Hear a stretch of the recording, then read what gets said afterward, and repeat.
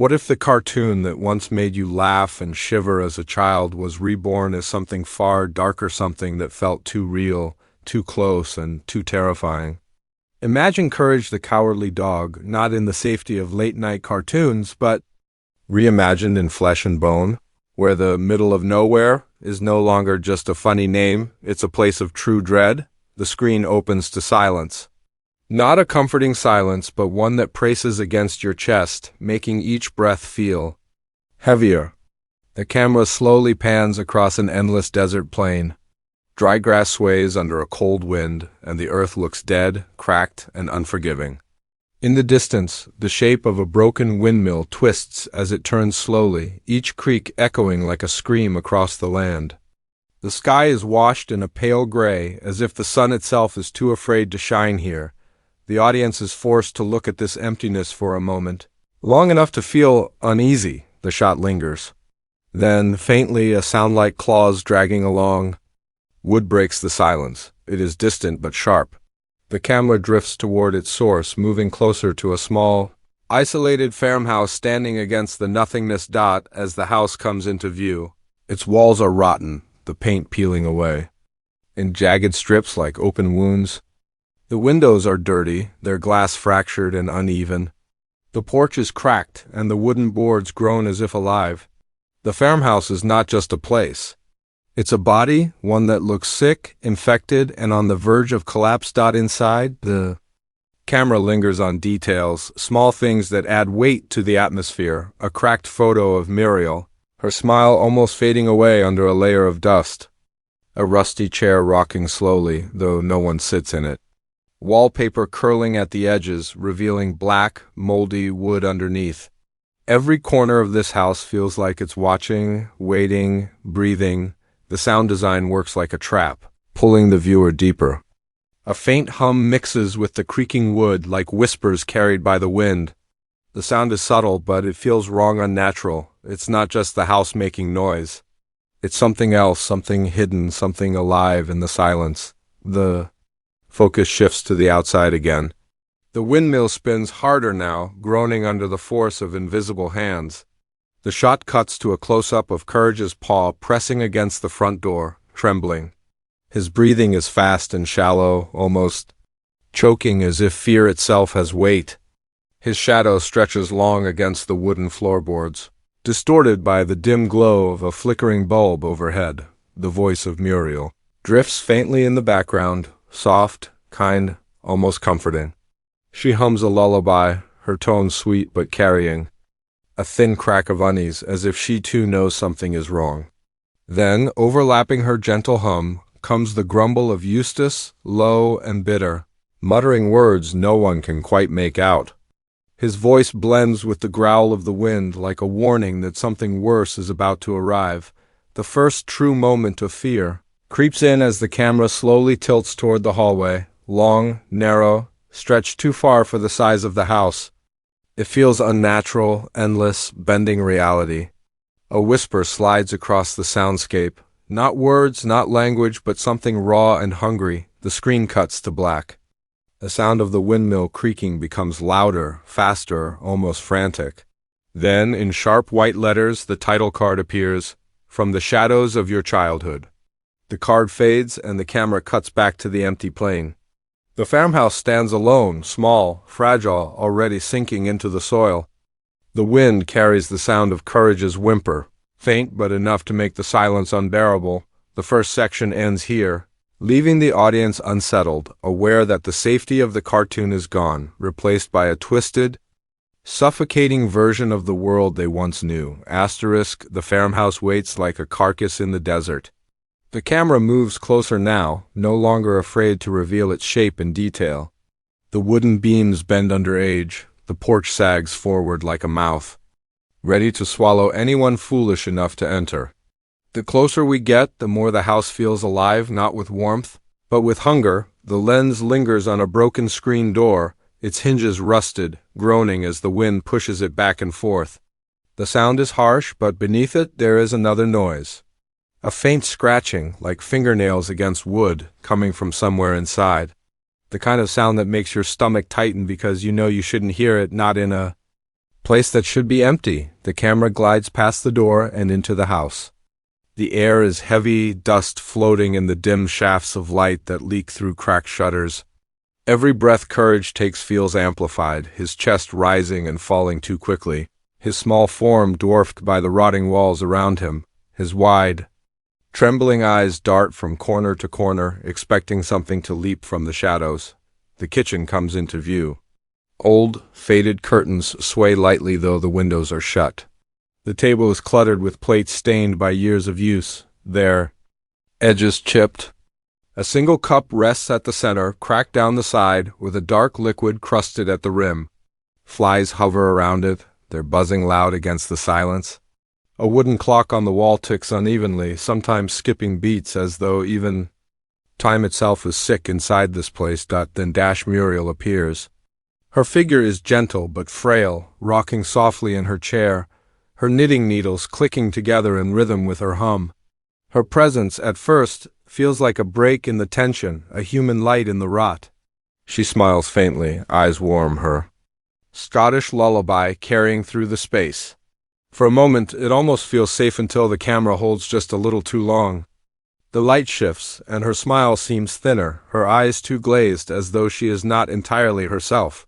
Her hum cracks mid-note, a slight tremor in her throat that quickly steadies again. Courage edges closer, his paws hesitant on the wooden floorboards.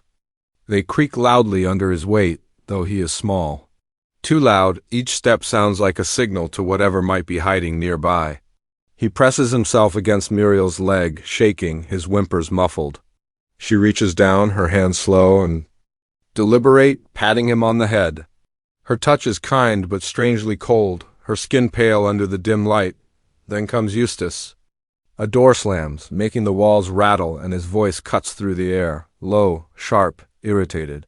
He stomps into the room, muttering under his breath, pulling his cap low over his face. The camera never fully shows his eyes, only shadows where they should be. His words are bitter. Stupid dog. Good for nothing. His voice echoes slightly, unnaturally, as if the house itself repeats his anger back to him. The camera shifts focus again, away from the humans, and peers down the hallway. It stretches further than before, longer than the outside of the house should allow. At the very end, the door is cracked open just enough to reveal darkness, thick, unnatural, alive. A shape seems to twitch there, barely visible, as if waiting for someone to notice. But when Courage blinks, it is gone, and the door swings shut on its own. The soundscape grows uneasy. The faint hum of Muriel, the grinding mutter of Eustace, the irregular ticking of the clock. And behind it all, that scratching, louder now, closer, coming from inside the walls. Courage's ears perk up sharply, his body freezing. His head turns toward the sound, his eyes wide. He starts to whimper. Low at first, then higher-pitched, his fear building. Muriel pats him again, trying to soothe him. "Don't be scared, dear," she whispers, her voice soft but carrying a strange finality, as if she knows something terrible is about to happen. Her words are kind, but they do nothing to stop the scratching. The farmhouse feels wrong in every corner. Each shot lingers too long, pulling the audience's eyes to things that should be ordinary curtains. A teapot, a hallway, but each detail feels off, diseased. The house itself is a character, not just old, not just haunted, but alive in a way that promises suffering. The section closes with Courage turning toward the hallway once more, the sound of scratching echoing louder now, almost right behind the wall where he stands. The camera pulls in tight on his trembling face, his eyes filled with pure dread. Then darkness swallows the screen, asterisk. The scratching does not stop. It grows louder, sharper, as if whatever claws at the walls is not simply trying to escape, it is trying to get in. The farmhouse hums with the noise, its old beams groaning in protest. Courage stiffens, his fur bristling as he backs away from the hallway. His paws leave faint prints in the dust along the floor, marking a trail of his fear. The camera follows. Close to his trembling form, his breaths uneven, his whimpers almost human in their desperation.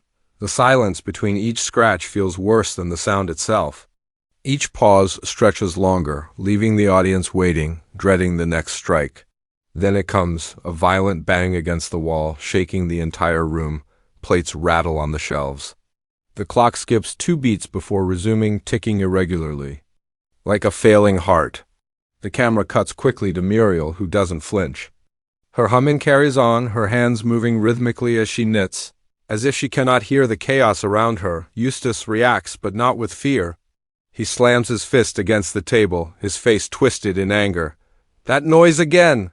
he growls. "Stupid dog," macking a fuss. He points a crooked finger at Courage, his voice echoing unnaturally in the room. It's not just his scolding, it's as if the house itself repeats him, whispering "stupid dog" in faint, distorted tones.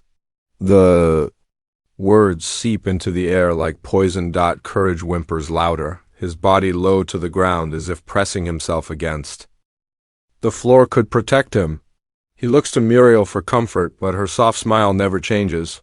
Her eyes, glassy and distant, stare straight ahead. She pats his head gently, not even looking at him. The camera lingers on her hand, too pale, almost gray, as it strokes Courage's fur. Something is wrong. Something has taken root in her warmth, turning it hollow. Then it happens. The lights flicker. The bulb above swings slightly, casting long, jagged shadows across the walls. The scratching stops. For a moment, the house holds its breath. The silence is crushing, heavy. Even the wind outside seems to vanish. The camera shifts to Courage's perspective. His vision distorts. The hallway stretches unnaturally again, growing longer, darker, endless. At the far end, something moves, slow, deliberate, a shape dragging itself across the floor. Its limbs bend wrong, its head tilts unnaturally, jerking in sharp motions like a broken puppet. The shot is blurry, unstable, as if Courage himself cannot fully understand what he is seeing. A distorted whisper fills the air, bleeding from every wall, not one voice but many, overlapping. Some are too fast to catch, others drag slowly, repeating fragments. "Help me, feed me, don't look." The voices climb over each other, chaotic and desperate, until they fuse into a low, guttural growl.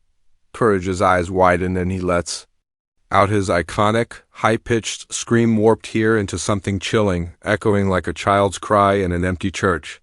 He darts into the kitchen, his paws skittering across the floor. The camera follows with frantic cuts, shaking to match his terror. Muriel finally stops humming. She looks up, but her head turns too slowly, unnaturally. Her smile fades for the first time, her lips parting as if she is about to say something. Instead, a voice not her own escapes.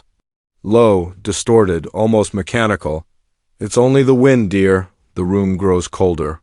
Frost creeps along the edges of the cracked window pane. The curtain stiffens as though frozen in place.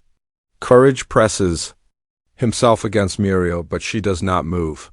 Her hands still frozen mid-knitting, the needles dangling loosely in her lap. Eustace laughs, harsh and cruel, the sound distorted until it barely resembles human laughter. "Scared of nothin'," he mutters, pulling his hat lower over his face. The camera lingers on him too long until his figure seems wrong, his shadow against the wall stretching higher than his body, twisting, shifting into something monstrous. Before snapping back to normal, the scratching resumes. Not from the walls this time. From beneath the floor, louder, faster, desperate, the wood bulges upward, as if something is pressing from below, straining to break through. Courage backs away, his whimpers reaching a frantic pitch. His paws claw at the wooden floor as though trying to escape the house itself. The section ends with a close-up shot of the floorboard splintering, a black ooze seeping through the cracks. Courage stares in terror, his reflection warped in the liquid's surface. A single whisper slides through the silence, soft but clear. He doesn't belong here. The screen cuts to black, asterisk, the floorboards swell as though breathing, each creak groaning under the weight of something unseen. Black. Ooze leaks through the cracks, spreading slowly across the room like veins crawling over the wood. The camera moves close to the liquid. It bubbles, alive, releasing faint whispers that sound like voices drowning underwater. Courage whimpers, backing away, his paws slipping in the sticky substance. Then silence. A silence so deep it feels like the world has stopped. The ticking clock freezes. The windmill outside halts mid-turn. Even Courage's frantic breathing cuts off in a choke of fear. The house exhales. A low rumble vibrates through the walls, shaking dust from the ceiling. The light bulb bursts, plunging the farmhouse into darkness. For a moment, the screen holds black, forcing the audience into Courage's terror. Then a dim red glow seeps. From under the hallway door, pulsing like a heartbeat, the door creaks open on its own. At first, nothing but shadow. Then a figure steps forward, slow, deliberate. It is tall, too tall for the ceiling, its head bent unnaturally as it enters. Its body is thin, stretched, its limbs impossibly long. The camera cuts to Courage's trembling eyes, darting wildly as he tries to make sense of it. When the shot returns, the figure is closer, much closer, though it has not moved. The shape is familiar, but wrong. Katz, his crimson fur replaced with cracked, raw flesh. His grin stretches wider than a human mouth should allow, teeth sharp and yellow, slick with something dark. His eyes are hollow pits, empty yet aware. He tilts his head slowly, as if studying Courage with curiosity, a predator savoring the moment before it strikes. Courage lets out a strangled whimper and stumbles back, bumping into the table. The teacup falls, shattering on the floor. The sound echoes too loud, like glass breaking inside the skull. Muriel doesn't react. She sits still, her knitting motionless, her face blank, as if frozen in time. Katz moves, jerking forward in sharp, unnatural motions like a marionette pulled by broken strings. His claws scrape the wall as he drags them along, carving deep grooves into the wood. Sparks fly from the scratches, though there is no metal. Each step is accompanied by a low, insect-like clicking sound. Echoing from deep inside his chest, Eustace snarls, his voice deeper than before. "Get out of my house!" He roars, but it doesn't sound like him anymore. His words distort, layered with another voice beneath his own, guttural and monstrous. His shadow twists again, stretching, shifting into a horned shape that doesn't match his body. For a fleeting second, his face flickers like a mask peeling back to reveal a hollow, empty shell beneath. Courage turns to run, but the hallway warps. Doors appear where there should be none, each one cracked open, revealing flashes of other nightmares, Freaky Fred's pale grin. The shadow's twisted silhouette, the queen of the black puddle's skeletal hand reaching outward. Each door slams shut as quickly as it opens, trapping Courage in a spinning maze of horrors. The soundscape is chaotic now. Laughter, whispers, distorted nursery rhymes sung off-key, all crashing together into a storm of noise. The camera zooms back to Katz, now inches from Courage. His long fingers stretch out, curling around the dog's trembling form. But just before he touches him, he stops. His grin widens impossibly, his voice smooth and venomous. Such courage, wasted on fear. The farmhouse groans violently, the walls pulsing like organs. Courage squeezes his eyes shut, shaking uncontrollably. He opens them again only to find Katz gone. The room is empty, silent, too silent, but the ooze still spreads, faster now, covering the walls, seeping into the floor, dripping from the ceiling. It engulfs the clock, which lets out one final, warped chime before dissolving. Muriel's humming starts again, soft and calm, though her lips never move. Her voice fills the room, repeating the same line. "Don't be scared, dear. Don't be scared, dear. Don't be scared, dear." Courage whimpers louder, the repetition, driving him into panic. The camera pulls in close to Muriel's face, her eyes no longer kind, but pure black, reflecting nothing. Her smile twitches, straining wider and wider until her cheeks tear at the edges. The farmhouse shakes violently. Lights flash. The hallway stretches infinitely, swallowing the screen. In the darkness, Courage's scream cuts through everything, sharp and desperate, before being drowned out by a guttural roar that doesn't belong to any creature of this world. The section ends with a single image, Courage pressed against the floor, his reflection trembling in the spreading black ooze. Behind him, dozens of distorted hands reach out from the liquid, clawing toward him as the screen cuts to black.